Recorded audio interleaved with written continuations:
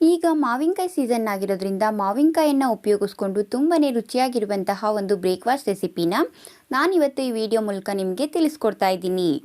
ಇದನ್ನು ಮಕ್ಕಳಿಂದ ಹಿಡಿದು ದೊಡ್ಡೋರ್ವರೆಗೂ ಎಲ್ಲರೂ ತುಂಬಾ ಇಷ್ಟಪಟ್ಟು ತಿಂತಾರೆ. ಇದು ಈಸಿ ಆ್ಯಂಡ್ ಟೇಸ್ಟಿ ರೆಸಿಪಿ ಅಂತಲೇ ಹೇಳ್ಬೋದು. ಎಲ್ರಿಗೂ ನಮಸ್ಕಾರ. ವಿಲೇಜ್ ವೆಜ್ ರೆಸಿಪೀಸ್ಗೆ ಸ್ವಾಗತ. ಈ ವಿಡಿಯೋನ ಎಲ್ಲೂ ಸ್ಕಿಪ್ ಮಾಡದೆ ಕೊನೆಯವರೆಗೂ ನೋಡಿ. ತುಂಬಾ ರುಚಿಯಾಗಿರುವಂತಹ ಮಾವಿನಕಾಯಿ ಚಿತ್ರಾನ್ನ ಯಾವ ರೀತಿ ಮಾಡೋದು ಅಂತ ನೋಡೋಣ. ಸ್ಟವ್ ಮೇಲೆ ಒಂದು ಕಡಾಯಿನ ಇಟ್ಕೊಂಡಿದ್ದೀನಿ. ಕಡಾಯಿಗೆ ಒಂದು 3 ಟೇಬಲ್ ಸ್ಪೂನ್ ಆಗೋಷ್ಟು ಎಣ್ಣೆನ ಸೇರಿಸ್ಕೊತಾ ಇದ್ದೀನಿ. ಎಣ್ಣೆ ಸ್ವಲ್ಪ ಬಿಸಿ ಆದಮೇಲೆ ಒಂದು 2 ಟೇಬಲ್ ಸ್ಪೂನ್ ಆಗೋಷ್ಟು ಕಡಲೆ ಬೀಜನ ಸೇರಿಸ್ಕೊತಾ ಇದ್ದೀನಿ. ಕಡಲೆ ಬೀಜ ಸ್ವಲ್ಪ ಕಲರ್ ಚೇಂಜ್ ಆಗಬೇಕು, ಆ ರೀತಿ ಫ್ರೈ ಮಾಡ್ಕೋಬೇಕು. ಹೈ ಫ್ಲೇಮಲ್ಲೆಲ್ಲ ಮಾಡೋದಕ್ಕೆ ಹೋಗ್ಬಿಡಿ. ಆದಷ್ಟು ಲೋ ಫ್ಲೇಮಲ್ಲಿ ಒಂದು 2 ನಿಮಿಷ ಫ್ರೈ ಮಾಡಿಕೊಂಡ್ರೆ ಸಾಕು. ನೋಡಿ, ಈಗ ಒಂದು 2 ನಿಮಿಷ ಫ್ರೈ ಮಾಡ್ಕೊಂಡಿದ್ದೀನಿ. ಕಡಲೆ ಬೀಜ ಸ್ವಲ್ಪ ಕಲರ್ ಚೇಂಜ್ ಆಗಿದೆ. ಈಗ ಫ್ರೈ ಮಾಡಿರುವಂಥ ಕಡಲೆ ಬೀಜನ ನಾನು ಒಂದು ಬೌಲ್ಗೆ ತೆಗೆದಿಟ್ಕೊಂಡಿದ್ದೀನಿ. ಅದೇ ಕಡಾಯಿಗೆ ಸ್ವಲ್ಪ ಸಾಸಿವೆನ ಸೇರಿಸ್ಕೊತಾ ಇದ್ದೀನಿ. ಹಾಗೆ ಒಂದು 1/4 ಟೇಬಲ್ ಸ್ಪೂನ್ ಆಗೋಷ್ಟು ಜೀರಿಗೆ, ಹಾಗೆ ಒಂದು 8-10 ಎಸಳು ಕರಿಬೇವನ್ನು ಸೇರಿಸ್ಕೊಂಡಿದ್ದೀನಿ.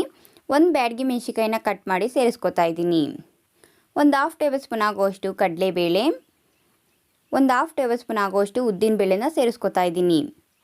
ಕಡಲೆಬೇಳೆ ಉದ್ದಿನಬೇಳೆ ಸ್ವಲ್ಪ ಕಲರ್ ಚೇಂಜ್ ಆಗಬೇಕು, ಆ ರೀತಿ ಫ್ರೈ ಮಾಡ್ಕೋಬೇಕು.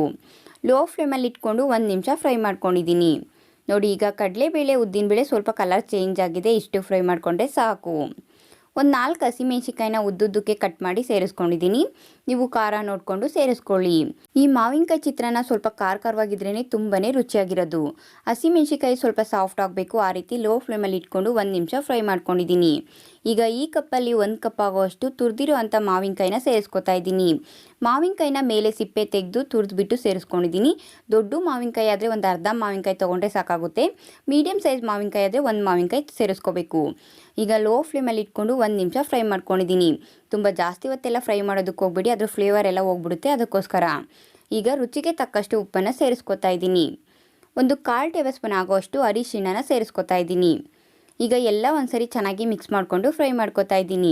ನಾವು ಸೇರಿಸಿರೋಂಥ ಉಪ್ಪು ಅರಿಶಿಣ ಎಲ್ಲ ಗೊಜ್ಜು ಜೊತೆ ಚೆನ್ನಾಗಿ ಹೊಂದ್ಕೋಬೇಕು.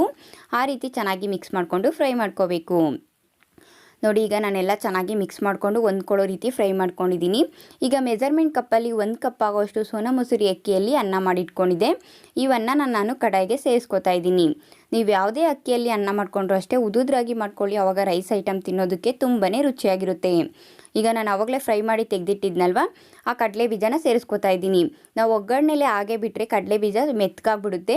ಈ ರೀತಿ ಫ್ರೈ ಮಾಡಿ ತೆಗೆದಿಟ್ಕೊಂಡು ಲಾಸ್ಟಲ್ಲಿ ರೈಸ್ ಜೊತೆ ಸೇರಿಸ್ಕೊಂಡ್ರೆ ಗರಿಗರಿಯಾಗಿರುತ್ತೆ. ಅದಕ್ಕೋಸ್ಕರ ನಾನು ಇವಾಗ ಸೇರಿಸ್ಕೊಂಡಿದ್ದೀನಿ.